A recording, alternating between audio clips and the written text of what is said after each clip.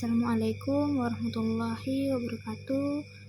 Sebelumnya saya minta maaf pada tutor karena bukan gak mau mengerjakannya lebih awal lagi, tapi karena di selang waktu saya yang sibuk. Mohon dimengerti ya Ibu tutor ataupun Bapak tutor. Perkenalkan, nama saya Ayu Suraya, Prodi PGSD, NIM 8775710019. Saya di sini sebagai mahasiswa semester 2. Di mata kuliah yang sekarang ini disuruh menjelaskan tentang 3 pokok filsafat ilmu. Baiklah, saya tidak akan memperpanjang waktu. Saya akan menjelaskan tentang 3 pokok di dalam filsafat ilmu ini. Contoh pertamanya ontologi. Apa yang mau dikaji?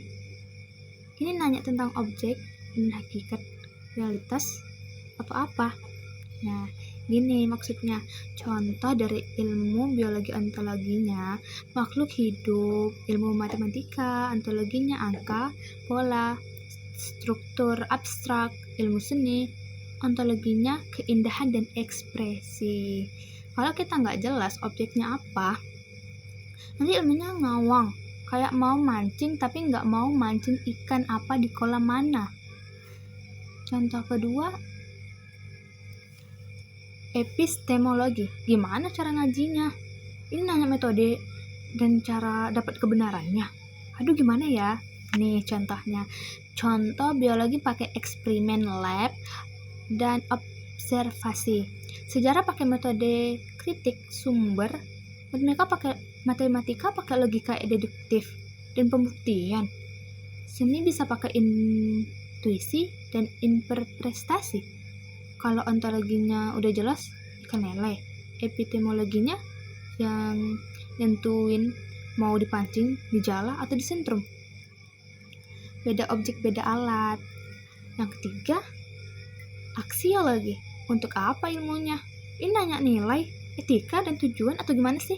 Ilmu itu nggak netral, harus ada manfaat, nggak boleh ngerusak. Contoh, nuklir ontologinya energi atom, epistemologinya fisika kuantum, tapi aksiologinya nentuin mau buat PLTN yang nyalain lampu atau buat bom yang ngancurin kota. Bingung kan? Jadi aksiologi itu rem atau setirnya ilmu. Keterkaitan ketiganya kenapa harus bareng? Pertanyaan itu sih, kenapa harus bareng ya? Bayangin, kamu mau bikin ilmu mendidik anak SD tanpa ontologi, tanpa epistemologi, tanpa aksikologi. Gimana caranya? Contoh tanpa ontologi. Kamu ngajar tapi nggak tahu anak SD itu hakikatnya apa. Dikira miniatur orang dewasa dikasih soal kuliah. Ambiar. 2. Contoh tanpa epistemologi. Kamu tahu anak SD itu butuh main, tapi nggak tahu caranya gimana. Ngajarnya cuma ceramah. Anaknya bosen. 3. Tanpa aksiologi. Kamu pinter ngajarin kalistung pakai drill sampai anak jago, tapi caranya dengan ngebentak dan menghukum fisik. Anak pintar tapi trauma, ilmunya jadi nggak bermoral. Jadi alurnya gini, ontologi nentuin lapangan mainnya. Oh, kita mau ngaji tentang perkembangan anak usia 7-12 tahun nih. Epistemologinya nentuin aturan mainnya. Berarti caranya harus pakai observasi, bermain peran, eksperimen sederhana, bukan hafalan undang-undang dasar. Aksiologi nentuin tujuan mainnya. Mainnya harus bikin anak bahagia, berkarakter, cinta belajar, nggak boleh bikin anak stres atau minder. Kalau salah satu pincang, ontologi kuat dan epistemologinya kuat, tapi aksiologinya lemah, ilmuwan jenius, tapi bikin senjata biologis.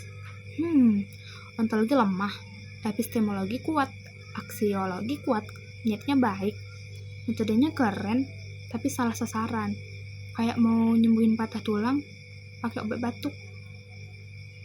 Ontologi kuat, epistemologi lemah, aksiologi kuat. Tahu masalahnya, niatnya baik, tapi tahu cara nyelesainnya cuma bisa doa doang. Kesimpulan, filsafat ilmu itu kayak segitiga. Ontologi jawab what, epistemologi jawab how, aksiologi jawabnya why and solve. Baru ilmu itu utuh, benar dan manfaat. Sumber referensinya dari modul 4KB, 2 biayanya ditekankan guru nggak cukup cuma jago metode. Epistemologi harus paham dulu hakikat anak ontologi dan buat apa diajar aksiologi, baru namanya pendidik, bukan sekedar pengajar. Mau bikinin anak pinter tapi nggak tahu metodenya, percuma. Sekian dari penjelasan saya. Sekiranya ada kurang ataupun salah di tutur katanya, mohon diperjelaskan ya Ibu tutor ataupun Bapak tutor, karena letaknya salah itu pada manusia. Mohon penilaiannya yang sebaik-baik mungkin. Sampai jumpa.